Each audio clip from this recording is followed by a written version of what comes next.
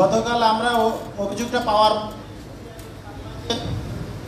PIO শাল্লাকে আমাদের দুদকের পক্ষ থেকে কল দিয়েছিলাম, বলছিলাম যে আপনার এক বিরুদ্ধে একটা অভিযোগ আছে, আপনি 19 তারিখ সোমবার সকাল 9 ঘটিকায় এই শিল্পকলা একাডেমির মিলনায়তনে এইখানে আপনি উপস্থিত থাকবেন।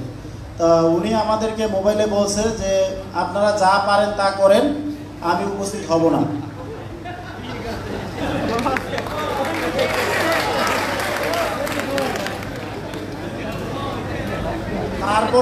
তারপরে আমরা পিআইওকে বাদ দিয়ে তারপরে হচ্ছে জেলা, ওদের যে জেলায় যে অফিসার আছে নিয়ন্ত্রণকারী কর্তৃপক্ষ, ওনাকেও আমরা কল করেছি। উনি বলছে উপস্থিত থাকবে, কিন্তু উপস্থিত নাই।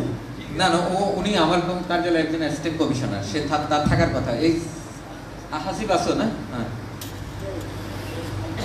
আমির হোসেন সাহেব আছেন আপনি? যাওয়ার পরে উনি আমাকে বলছে যে আপনি যা বলতেছেন আপনি বেশি বলতেছেন। আমি বললাম যে আমরা তো কৃষক, আর এই যে হাওরের ধান দিয়ে আমাদের জীবিকা আমরা নির্বাহ করি। এখন আপনি যদি কোন যে আমি বেশি বলতেছি, তাহলে কিন্তু আমার আর বলার কিছু নয়। আমি কিন্তু অভিযোগ মানে দেখানোর সুযোগ পাইব, এখানে অভিযোগ করবো।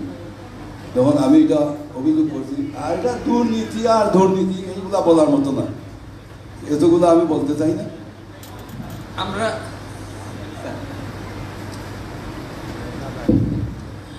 শাল্লার যে পিআইওর কথা এখানে বলা হয়েছে, তাকে অনুরোধ করা হয়েছিল আজকে গণশুনানিতে হাজির থাকার জন্য, যেহেতু তার দপ্তরের একটা অভিযোগ ছিল। তিনি কি বলেছেন আপনারা জেনেছেন।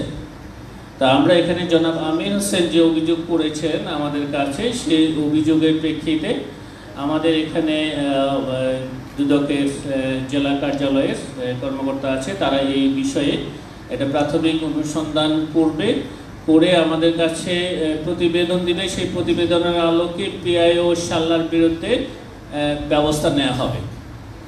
পিআইও শাল্লার বিরুদ্ধে আমরা একটু দেখতে চাই তিনি কতটা ক্ষমতাধর হয়েছেন। আমি এই সভাকে অবহিত করতে চাই যে পিআইও শাল্লার যে কথাটা বলছে, এটা হচ্ছে মানে Audacity of the highest order.